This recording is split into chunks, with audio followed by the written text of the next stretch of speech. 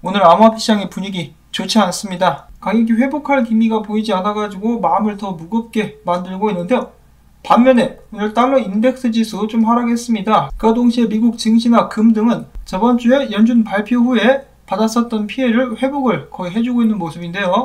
그 반면에 비트코인과 암호화폐 시장만 계속해서 얻어 터지면서 코피가 줄줄줄 흘러내리고 있는 상황입니다. 그리고 이어서 여러 유명 분석가들이 주의 깊게 살펴보고 있는 지표가 한 가지가 더 있습니다. 바로 전체 암호화폐 시총인데요. 계속해서 하락을 맞이하고 있으며 지금 최근 이 지지선이라고 볼 수 있는 1조 3천억 달러 정도에서 버텨주고 있는데, 더욱더 많은 자금들이 만약에 암호화폐 시장에서 빠져나가게 된다. 그러면 비트코인의 추가적인 하락이 예상될 수밖에 없는 상황이죠. 자, 이렇게 힘든 비트코인을 더욱더 괴롭히고 있는 사람들이 있었으니 그들의 이름은 공산당. 어제 중국 농업은행에서 갑자기 암호화폐 거래를 금지한다라고 공지를 올렸었다가 삭제를 했다가 다시 올렸다라고 합니다. 사람을 가지고 장난을 치고 있는 공산당들, 더 나아가서는 중국 인민은행, 중국의 중앙은행이죠. 그들이 암호화폐 거래, 투기와 연관된 서비스 제공 문제와 관련된 일부 은행과의 결제 기관에 대한 조사와 교육을 진행하겠다라고 밝힌 가운데 중국의 대형은행들, 공상은행, 건설은행, 우정저축은행, 흥업은행, 알리페이 등등이 일제히 암호화폐 거래 금지 공지문을 올렸다라고 합니다. 공산당이 하나가 돼가지고 지금 중국에서 암호화폐를 공격하고 있는 상황인데요. 자, 사실 중국에서 비트코인 금지한다고 설레발친 것이 한두 번은 아니죠. 절대로 놀라운 일은 아닌데, 아무래도 이번에는 중국의 디지털 화폐를 위해서 제대로 비트코인을 몰아내려고 벼르고 있는 것 같다라는 생각이 듭니다.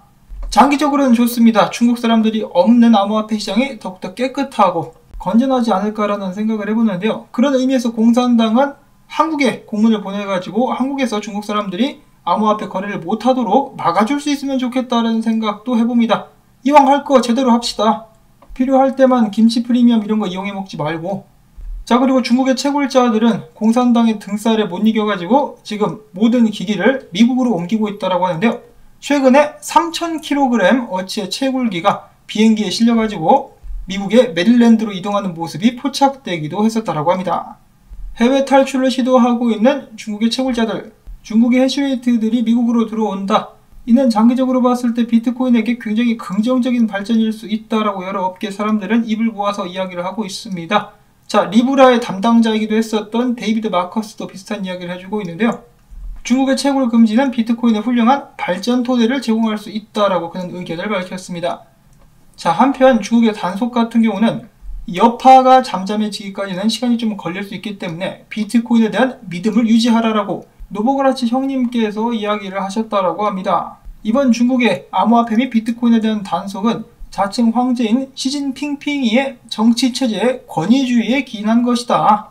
시진핑핑이의 권위주의와는 정반대인 것이 비트코인. 그렇기 때문에 비트코인을 조지려고 시진핑핑이가 노력하고 있다는 것인데, 이 과정이 끝나는 데는 시간이 좀 오래 걸릴 수 있다. 그러므로 비트코인에 대한 신뢰를 유지하라라고 노보그라치 형님께서 이야기를 하셨는데, 그럼에도 불구하고 CNBC의 유명한 짐 크레이머, 보유하고 있는 비트코인을 대부분 팔아치웠다라고 합니다. 이 중국의 위협이 만만한 것이 아니다라고 하면서 대부분을 팔아치웠다라고 하는데요. 비트코인을 지지하는 사람들의 상징 중에 하나죠. 대머리 중에 배신자가 나왔습니다. 큰형님인 노보그라치께서 이 배신자 대머리를 처단할 수 있기를 바라봅니다. 그리고 어제 비트코인이 앞으로 더욱더 크게 떨어질 것이라고 이야기를 했었던 빅쇼트의 실제 주인공 마이클 어리버리가 아니라 마이클 버리죠. 마이클 버리는 최근에 추가적으로 비트코인에 대해서 언급하기를 비트코인을 싫어하지 않는다라고 합니다. 통화 독점 사회에서 탈중앙화된 암호화폐의 장기적인 미래가 열려있다라고 믿고 있지만 지금 당장 비트코인 같은 경우는 레버리지 때문에 굉장히 위험하다라고 경고를 했다라고 하네요. 자, 일단 이렇게 힘든 시간을 보내고 있는 비트코인, 이 비트코인을 도와줄 수 있는 영웅은 없을까? 마이크로스트레이지가 나섰습니다. 예정했었던 대로 5억 달러어치 비트코인을 추매했는데요. 평단을 확인해보니 눈물이 앞을 가립니다. 평단은 37,617달러, 개수는 13,005개를 새롭게 추가했다고 합니다. 자, 그런데 마이클 세일러 혼자서 이런 어마어마한 하락 공세를 감당하기에는 역시 역부족이었던가 봅니다. 자, 그리고 이어서 안타깝게도 마이크로스트레이지 이 주식 가격도 장중 하락폭이 10%대를 나타내면서 비트코인과 함께 약세를 보여주고 있다고 하네요. 이런 상황 속에서 불난집에 석유를 뿌리고 있는 크립토코언트의 쭈기영 대표. 그는 이야기하기를 이런 말씀을 드리기는 송구스럽지만은 비트코인 약세장이 확정적으로 보인다. 지금 굉장히 많은 고래들이, 세력들이 비트코인을 거래소로 보내고 있다. 즉 고래들이 비트코인을 던지려고 거래소로 이동하고 있다. 더 큰 하락이 예상된다라고 이야기를 하고 있는 것이죠.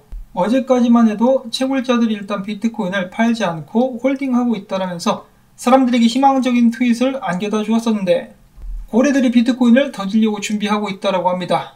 굉장히 좀 암울하네요. 그럼에도 불구하고 비트코인에 대한 믿음을 가지고 있는 플랜 B, 스톡투플로우 모델을 만든 사람이죠. 그는 이야기하기를 비트코인은 올해 연말 45만 달러까지 상승할 수 있으며 최악의 시나리오가 나온다 할지라도 13만 5천 달러까지 가게 될 것이다. 다가오는 8월까지는 4만 7천 달러, 10월까지는 6만 3천 달러, 11월에는 9만 8천 달러, 연말에는 13만 5천 달러. 굉장히 희망적이라서 좋기는 한데 그와 동시에 좀 힘이 빠지는 느낌이 드는 것도 사실이긴 합니다. 과연 정말 마법 같은 일이 일어나면서 비트코인이 연말까지 크게 상승할 수 있을 것인가? 크립토 비트코인 크리스의 비트코인 분석을 보시면은 지금 의견들이 나뉜다라고 하죠. 비트코인이 2017년 혹은 2013년도 때처럼 이런 식으로 크게 조정받고 계속해서 상승장을 이어갈 것이다. 아니면은 2018년도 때처럼 조졌다, 불장은 끝났다 라고 이제 볼 수도 있다라고 하는데 뭐 올라갈 수도 있고 떨어질 수도 있다. 그런 말 누가 못하냐라고 하실 분들이 계실 것 같은데 진짜 목적은 이거 가지고 투표를 했다라고 합니다. 사람들에게 어떤 것이 더 유력한 것 같느냐라고 투표를 했을 때 과반수 이상이 불장은 아직 끝나지 않았다라고 투표를 했다라고 해가지고 오히려 불안감이 조성됐다라고 하네요. 바닥의 징조라고 볼 수 있는 캐피출레이션이 아직 나오지 않았다는 말이겠지요. 정말 겁나네, 겁나. 자, 그런가 하면은 이러한 분석도 있습니다. 2011년도 때부터 현재까지 불장인데 이렇게 늘상 달리다가 이런 식으로 정체되어 있는 구간이 있다는 말이죠. 근데 한 가지 재미난 것은 이런 식으로 각도가 점점 낮아집니다. 그러면서 사람들이 예측을 하고 있는 것이 만약에 이번에도 정말로 축적 기간을 거치고 있는 것이라면은 불장 사이클이 길어지고 있다는 것을 예측해 볼 수도 있겠다라고 이야기를 하기도 한다라고 합니다. 근데 정말 불장이라면 이 추세를 깨고 떨어져서는 안 되겠죠. 굿세어라 비트코인. 여러분들도 기억하실지 모르겠지만은 얼마 전에 볼린저 밴드의 창시자 볼린저 삼촌이 비트코인이 바닥을 찍었다라고 이야기를 한 바가 있습니다. 비트코인이 한때 29,000달러대까지 떨어졌었는데 그 밑으로는 내려가지 않을 가능성이 아직 있다라는 것이죠. 아니면은 쌍바닥을 찍는 차원에서 29,000달러까지 한 번 더 훅 내릴 수도 있겠습니다. 자, 일단 지금 현재 차트 상황을 보시면은 겨우겨우 이 추세를 버티고 있다. 그럼에도 불구하고 바닥 찍었다라고 루키 XBT라는 분석가는 희망적인 분석을 해주었고요. 자, 그 다음에 얼마 전에 비트파이넥스 숏 포지션이 대량으로 올라가고 있을 때 조심해야 된다라고 경고를 했었던 페라스와이라는 분석가는 최근에 차트 분석에 대해서 이런 의견을 내놨습니다. 비트코인이 3만 달러 아래로 내려가서 훅 꺼질지언정 그 후에 강력한 반등이 나오게 될 것이다. 좀비캣 바운스죠. 그리고 나서 진짜 하락장이 시작되거나 좀비캣 바운스가 아니라 전고를 뚫을 수 있다면 상승도 할 수 있을 것인데 일단은 이 데드캣 바운스 후에 지속적인 하락장이 나오는 것을 예측을 하고 있다고 합니다. 그도 그럴 것이 일자로 쭉 올라가기만 하는 자산은 없듯이 일자로 쭉 내려가기만 하는 자산도 없다. 반등은 나오게 될 것이다. 사실 이 시나리오 같은 경우는 제가 몇 주 전부터 계속해서 공유를 했었던 그 시나리오 중에 하나죠. 제대로 된 반등이 나올 수 있다면 어디까지 상승할 수 있을 것인가. 일단은 반등이 나오기를 바라고 바라봅니다. 자, 근데 지금 가격대가 이 테슬라 같은 경우도 지금 손해보고 있는 가격대 아닌가요? 요즘에 일론 머스크가 좀 조용한데 이 조만간 일론 머스크가 비트코인 관련된 트윗을 하나 남기지 않을까라는 그런 느낌이 듭니다. 부디 긍정적인 트윗을 남겨가지고 비트코인 가격이 반전되는데 그래도 좀 도움을 줄 수 있으면 좋겠다라는 생각을 해봅니다.